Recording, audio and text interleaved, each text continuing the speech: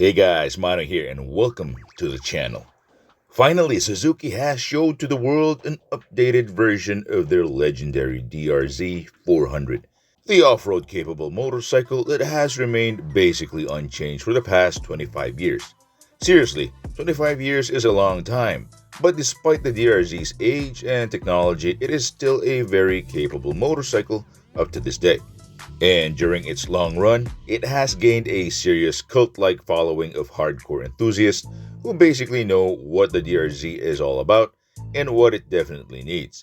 Now, as a longtime fan of the OG DRZ400 and its supermoto version, the DRZ400SM, which I used to have by the way, and as a guy who builds and sells supermoto wheels on the side, word about a truly updated DRZ really got me and a lot of other enthusiasts excited, but skeptical at the same time. In this video, I want to talk about the new for 2025 Suzuki DRZ4S and SM model. What are the changes, what it offers, and why it's not what a lot of people hoped it would be. Stick around because this is a good one.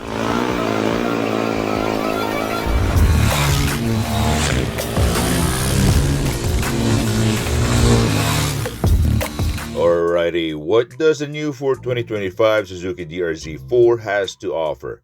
Does it live up to the hype? And did Suzuki deliver what we want in a major update to a legend? Let's start with the engine. The new engine has gotten a lot of updates like fuel injection as compared to the previous model's carburetor. Bore and stroke has remained the same for a total displacement of 398cc, but everything else in the engine is brand new. Some of the more notable updates are the titanium intake valves, different cam profile, improved piston and crankshaft design, dual spark plugs, a slipper clutch for easy power management, new transmission, and improved metallurgy. On paper, this sounds amazing, but despite the improvements, the end result is kind of a disappointment. Engine maximum output is rated at 37.5 horsepower and 37 Newton meters of torque. All that power comes at a later RPM range, as compared to the previous model's 39.5 horsepower and 39 Newton meters of torque. That is a bummer considering the new design. However, this bike is Euro 5 Plus compliant, so these engine performance numbers are suppressed. Airbox, exhaust mods, and easier tuning will definitely put out a few more horses. Now, the other blunder that Suzuki made on this bike is the transmission. For some reason, Suzuki decided to stick to the 5-speed manual transmission when everyone was hoping for a 6-speed. Now, we don't know how the new transmission is spaced, but let's just hope it's an improvement over the previous. Now for the chassis, the new DRZ4 is now equipped with an all-new perimeter-style steel frame with a removable aluminum rear subframe. This big change from the previous single backbone chassis is meant for increased rigidity, lesser flex in horizontal and lateral movements, and to lower the center of gravity. This major design change is meant to improve overall handling and stability.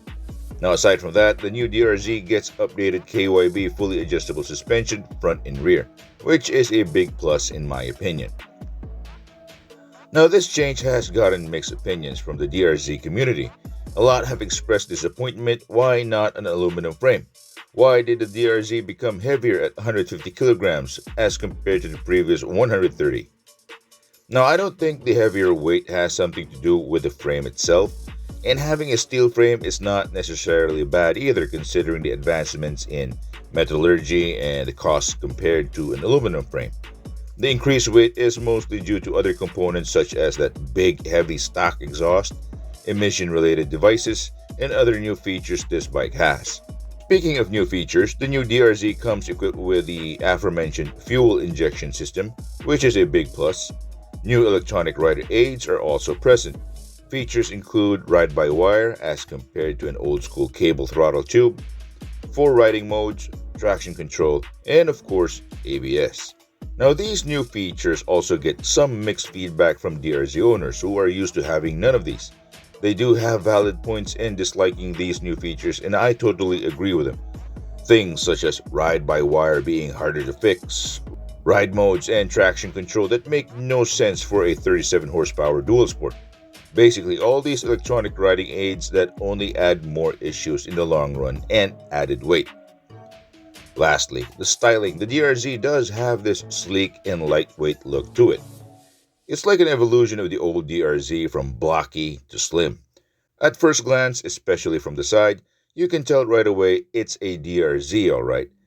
From the back, it still looks like the old DRZ, which is okay. But the one thing I dislike about this new model is the headlight. For some reason, it looks like my one-eyed monster. In terms of pricing, Suzuki still has to announce anything about that. But based on speculations and what we see so far, the new DRZ will definitely be priced more than the previous model. As for availability, expect the DRZ4 to be released sometime in the second quarter of 2025 in North American and European markets. Now, as for the Asian market though, well, we'll have to wait for further announcements. Now, this is the part where I tell you my predictions for the new DRZ4, especially in the Asian market, since I live in this part of the world. This is purely personal opinion and hopeful speculations because I believe Suzuki doesn't want to miss out on the biggest market, which is Asia in general. If you are not aware, most of the world's population is concentrated in this area alone. Anyway, my hopeful prediction is this: Suzuki will produce a DRZ4 model specific for the Asian market. Built somewhere within the region, since Suzuki has assembly plants all over Asia to make assembly costs lesser and to keep the final price competitive enough for the region.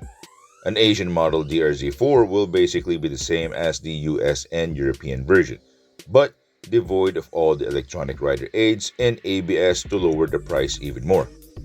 Think of it as a base model, and it only comes in 18 and 21-inch wheel configuration. The Supermoto wheels is totally up to the buyer if they have it done locally, just like what we do here in the shop. Now, the reason for this wishful thinking of mine is that some models that we have here from other brands differ greatly compared to their US and European versions. Take for example the ever so popular Honda CRF300L. In the Western markets, this model has ABS brakes, and some even have a low suspension version.